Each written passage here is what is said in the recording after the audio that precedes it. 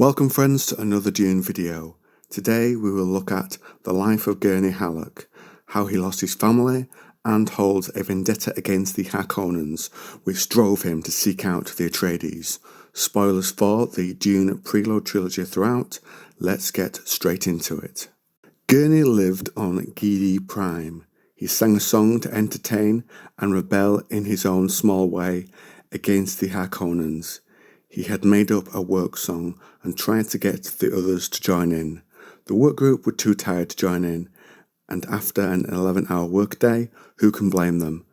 They spent hours moving piles of stony earth with little response. Gurney gave up on his attempt to raise their spirits. They entered the prefab buildings named after a Harkonnen, some guy called Dimitri. With his life the way it was, Gurney looked no further than the evening, sharing time with his family, relaxing and entertaining people, before the work repeated itself the next day, the daily grind we all experience at some point in our lives. He lived with his parents and Beth, his younger sister. Gurney took his balisette and went out to the local tavern. Later, his sister appears and warns him about a Harkonnen Patrol coming. 6 Harkonnens enter. Gurney asks, what have these people done? But the Harkonnen says he doesn't need a reason to hassle them. Do you think Gurney should have provoked them at this time? Let me know what you think. 3 guards throw him to the floor. Those recruited were locally found thugs. The guards take his sister. Gurney tries to stop them, but a guard strikes him in the face. Gurney, though, staggered and swung his balisette around and knocked one guard down, and then pulled the second away from his sister. 3 got into Gurney and beat him up and used their weapons, striking him so his ribs cracked. Gurney called out to the villagers, but no one came to help him. He continued to fight, but went down under weapons and boots. As black spots filled his vision, the guards pulled away, but his sister was taken by them into the night. He got up to hear the prison transport lift off outside to go to another village, taking his sister with them. He staggered out the door alone. As time passed, he returned to work, and his injuries healed. He did learn other daughters had been taken by the Harkonnens. He didn't sing and drank instead, and believed in his heart his sister was in a Harkonnen pleasure house. As time moved on, he did sing some rebellious Harkonnen songs, and a Harkonnen patrol came. They forced him to the ground and destroyed his balisette and beat him up with their bodies, then sticks, and left him with broken bones and battered flesh and covered in his own blood.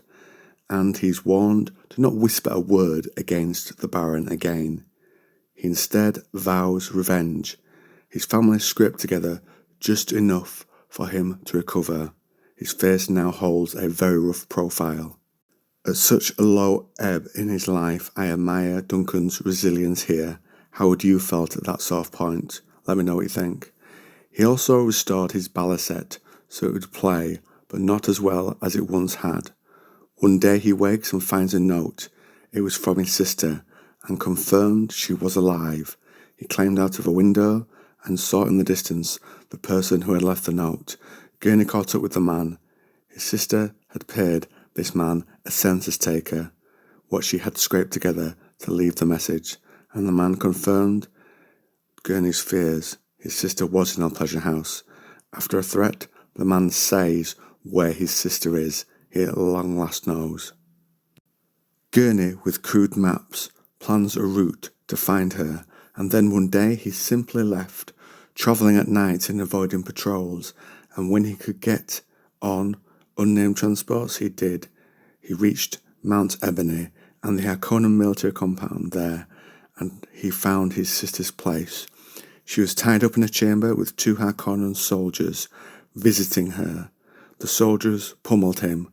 With eyes for his sister, he saw her voice box had been cut out, and shortly after, a pipe struck Gurney's head.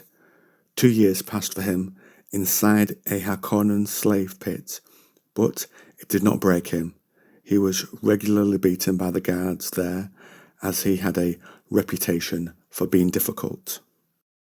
One time, the beast Rabban came to visit and investigate where Gurney worked, and he kills an old man with a shot from his pistol and says the weak man was a drain on resources. Taking a wad of tunic to stop the sugar wire cutting into his wrist, Gurney used it to cut himself away from the prisoner because he was actually attached to the old man, and moves towards Rabban, holding the sugar wire like a garrote. Rabban moved, and instead of cutting into the man's throat, Gurney knocked the pistol from his hand instead, and Rabban lashed out with his whip, marking Gurney's cheek and jaw forevermore, and Gurney fell back. The beast then says he wants to know where Gurney's family is to the Harkonnens with him. After Gurney has a reminder of the confrontation, an ugly scar along the side of his jaw. One day guards drag him to a chair, a doctor injects him, and Gurney finds he cannot move at all.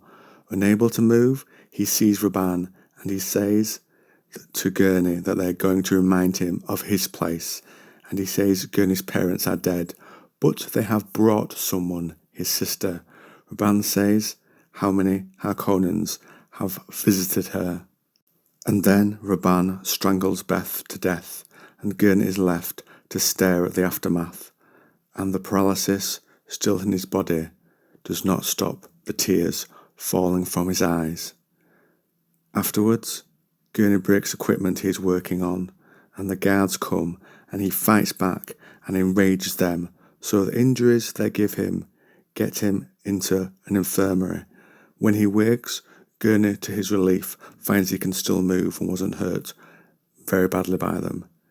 He takes a glow globe, drugs to help him, and a change in uniform, and escapes the infirmary, which I assume is lower security, and hides in a obsidian cargo holder. You really feel for Gurney at this point with his brutal upbringing. Let me know what you think. Gurney then gives himself the paralysis drug from earlier, so his body will go into hibernation. The shipment was bound for Caladan, but he falls in with smugglers who I assume stopped the cargo holder going further. He loses comrades, including the group's leader, at which point Gurney decides he needs to offer his services to the Duke. Leto meets and dines with Gurney. Earlier, the Duke had seen Gurney's prowess against Atreides fighters, and now he told stories in the banquet hall. Leto says he can join the Atreides house guard. Thufir says a background check will be needed first, and Gurney shakes hands with Leto, who welcomes him to House Atreides and a new family. From what he endured, I think you can see why Gurney is so protective of House Atreides, and endured is the word for him. He has an almost pathological determination to not let people or circumstance or Harkonnen beatings break him down and break his spirits.